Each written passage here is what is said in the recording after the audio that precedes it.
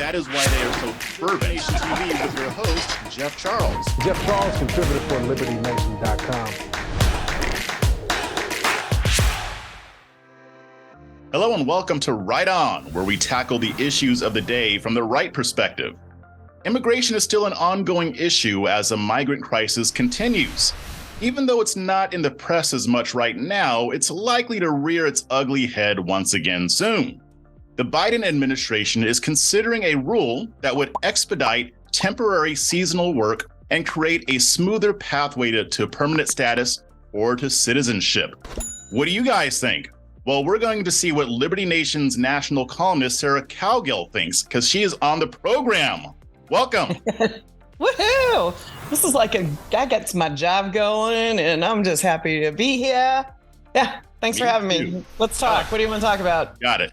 I want to talk about balloons. No, I don't want to talk about balloons. Yeah, God, no.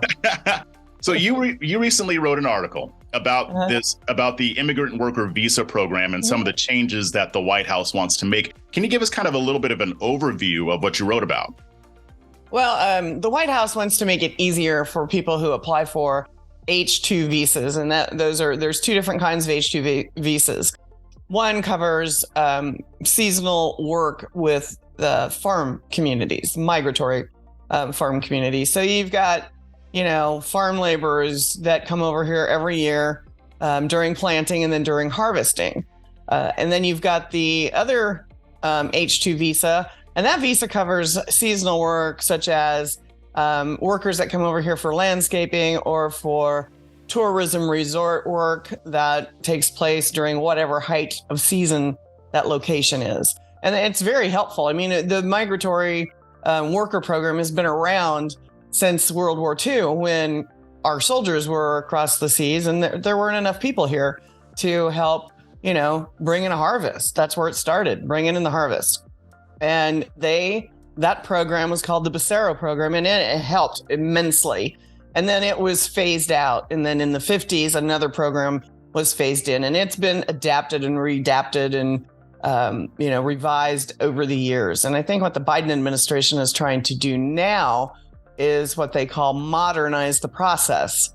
And in order to modernize the process, they are going to, when somebody applies, automatically let them come over.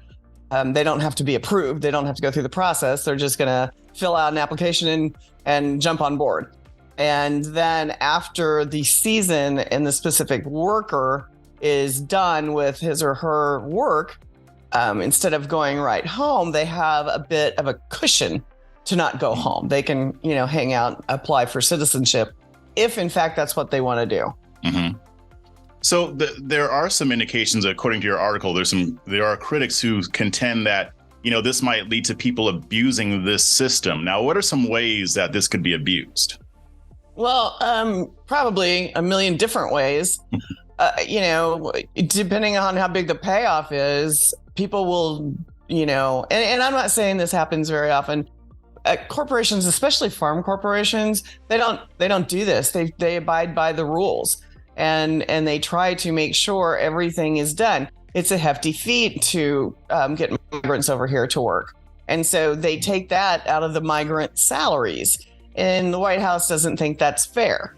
So I think they're looking at ways to drop that process so that nobody's paying a really hefty fee for these workers to come over. And if they do that, then if there's no hefty fee, then that's what opens the door to, oh yeah, bring your brother. We don't care. Mm-hmm. And then people get loose in the system.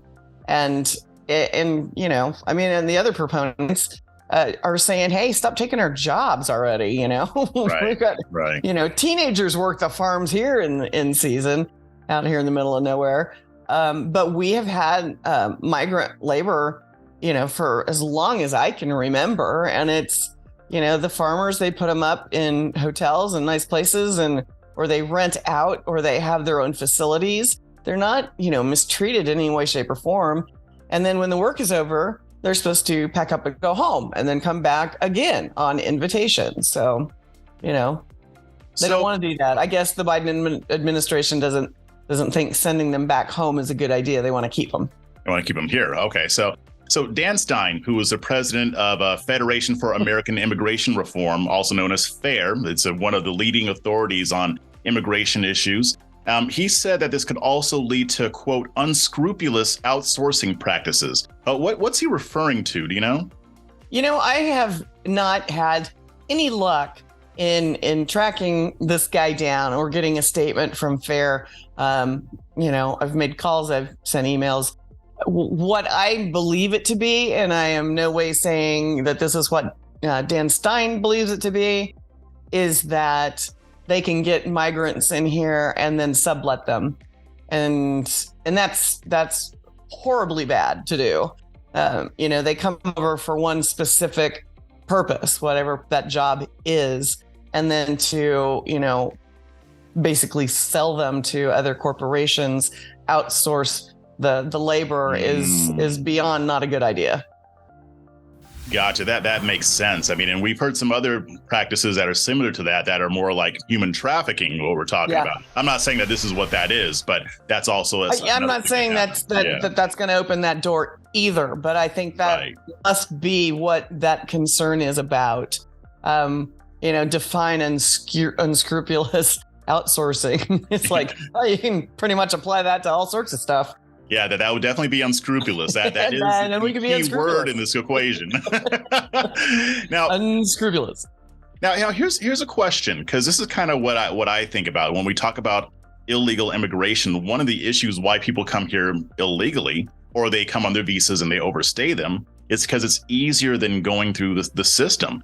So couldn't this be, if we want to decrease illegal immigration, couldn't something like this be a better idea to make it easier for people to come here, maybe get permanent status, and if they want to become a citizen, to do this while also securing the border? Is there an argument for that? I think there is an argument for that, but I don't think that what the Biden administration is proposing allows for a very deep vetting process. I mean, if you're going to say, hey, we'll give you this visa, you're supposed to come over here for 6 months and then go home. If they say, hey, well, we don't care if you come over here for 6 months and go home. And, oh, by the way, we're going to expedite your application process. So basically, when you apply, you come over. And so that's going to open up the door to some fudging of information. And you will get people that will never show up at their jobs. They come over on an H-2 visa and they'll never show up at the job. They will just blend into the country. And these, could be people that you don't want over here. And that's the only, I think, downfall of this particular legislation. Migrant workers have always been very hardworking, law-abiding. You get one bad apple, you get a bad apple everywhere you go. It doesn't matter. But they are normally hardworking, good people that you want in your country. It's the abuse of the system that you don't want sneaking in through the cracks. Sure, definitely. I mean, and if they're not being vetted and if they're getting expedited and they may not even have to just show up to work, I mean, this is just a free ticket into the country and possibly to get permanent status or citizenship. But doesn't this kind of speaks to a deeper issue, though? I mean, the bottom line is our immigration system sucks.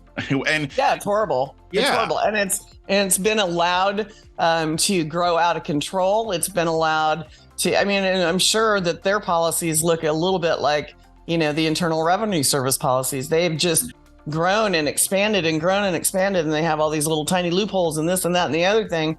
And, John Q. Public can't figure that out. That's just not an ability to go, well, let's check the policy before we order some migrant workers, that's where you're going to get into trouble. It's just it's too big, it's unwieldy, and it's not specific. So, given that our immigration system is subpar, why can't we have actual immigration reform? They keep suggesting these programs that seem more like a Band-Aid, but everybody knows that it needs a complete overhaul. And we've had both parties in control of Congress and control of the White House, and we still have nothing that has overhauled our immigration system. Why is this? Because it's a political weapon. You don't want to solve the immigration process, and you have no cudgel to bash over the current administration head. Or, this is a dividing line issue.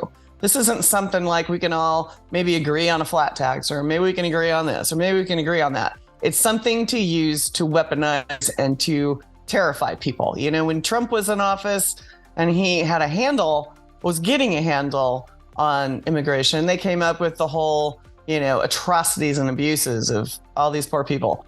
And yeah, I mean, that happened. It happened during the Obama era. Clinton sent migrants to Gitmo because he didn't know what to do with them. So, Trump was not the boogeyman. There's been boogeymen ever since any kind of immigration system was put into place. So I don't think the Biden administration is doing itself any favors by just trying to open the door.